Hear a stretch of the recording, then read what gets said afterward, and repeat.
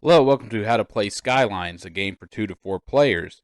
This game is all about taking a deck of cards and creating a city skyline, similar to those pictured here, but, well, with cards.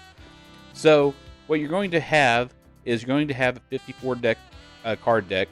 Take the 2 jokers out, set them aside, go ahead and shuffle, and then deal out 4 cards to each player. Now, South in this instance is going to be the first player, so he's going to get 5 cards. West will get 6, North will get 7, and East should get 8. And I do apologize, I managed not to count that card deck. East ended up getting 7 cards. The significance of this is if you actually do the deal properly, you should not have any cards left over at the end of the game. Unfortunately, I didn't do that, so we ended up having 1 card left over.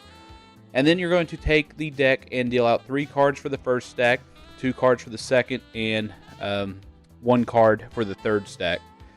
Now, each player is going to take 1 card from their hand and use as their first foundation pile baseline, their first baseline card. So let's say if you have an ace as your baseline card, you could build up to a king, or you could build down to a 2.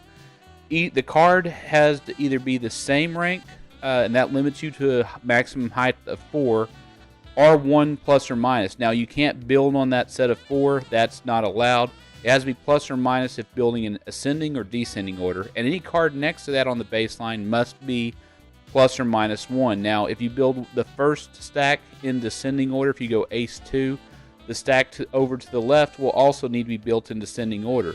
You also have the ability to play a street card if you have nothing, but that's worth -1 points at the end of the game, so try to keep those to a minimum. If you play a street, you can play any card after that, any rank. And if you do take 2 cards from the draw pile, you'll have to add 1 to each pile. If you take from the first, you'll have to add 1 to the second and third. You take from the second, you'll add 1 to the third. If you take from the third, nothing happens. There's also some mid-game accomplishments, which I was playing as if I was playing on the 2-player rules, so you'll see an error there. But with the 4-player rules, if you get a card tower built 5 cards high, you get to claim a joker. If you get 5 cards wide, the first player to do that can claim another joker. Now, that 5 cards wide cannot have a city street breaking it up. It has to be consecutively, so you have to really plan your cards.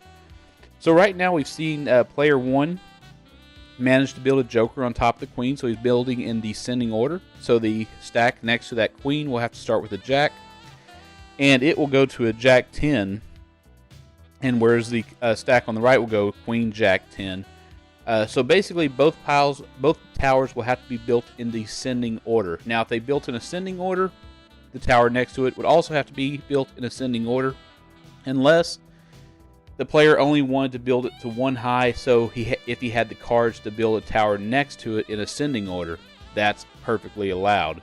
And it, by rule, by nature, it will affect what you can and can't do. So definitely check the rule book out to this game. It's a little different. It's not as simple as it may seem, but do check it out. Now, you got to remember, you have a hard hand count rule of 5 cards. So we just saw West draw 2 cards. He has to choose 2 cards to discard into the discard pile face down.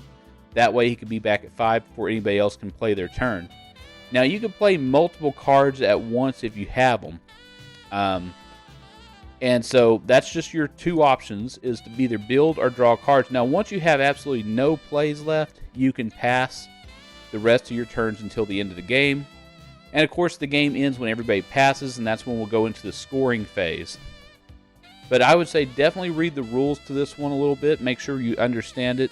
Definitely check your setup. Unlike what I did, I managed to deal out 7 cards to each player instead of 8.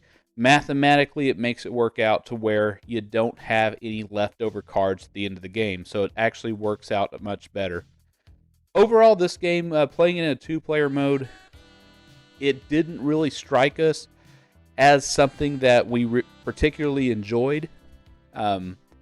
Maybe it'll get better subsequent plays. It's very, very tough to judge a game on the first play.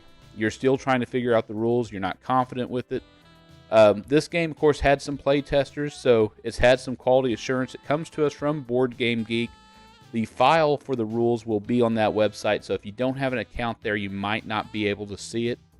So now we've seen somebody pass, and players are looking at the scores.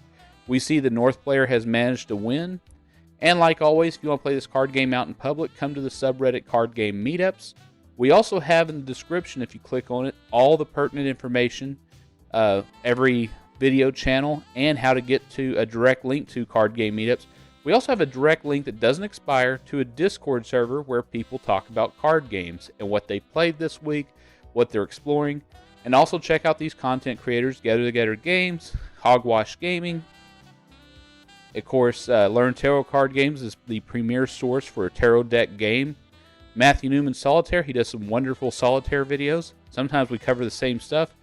So does Stellar Solitaire, but his solitaire games are implemented electronically. Riffle, Shuffle, and Roll, you never know what he's going to do. Taylor's Trick Taking is mostly commercial games that involve trick-taking aspects. Triple S Games has been doing some commercial games lately and some chess variants. Vesleco has some of the greatest roll and writes and designed a wonderful roll and write, which I featured last video. And then She Always Wins does some commercial games. So if you love vacation, you love playing card games, why not do both? Visit Branson, Missouri, where you have one of the best junk stores and board game cafes within walking distance of each other. The Branson Board Game Cafe, of course, is a library that has organized itself really well. They tell you if a game's easy to get into, if it plays well with two, if it plays well by itself with just one player. They have a small retail section, a small restaurant.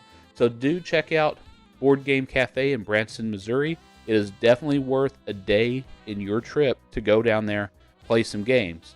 Every time we go down there, we always end up buying some stuff. It is well loved, and you could try a physical edition of Bahama Taxi down there from tinsignshop.com, which happens to be in Branson. So do like and subscribe. I'll see you next video. And I want to give a special thanks to our musician, Mr. Esteban Sax, for his wonderful cover of You Belong to the City, which just fit perfectly well with the theme of this game. So thank you, and check out his channel. The link is in the description, and it will be on screen right now.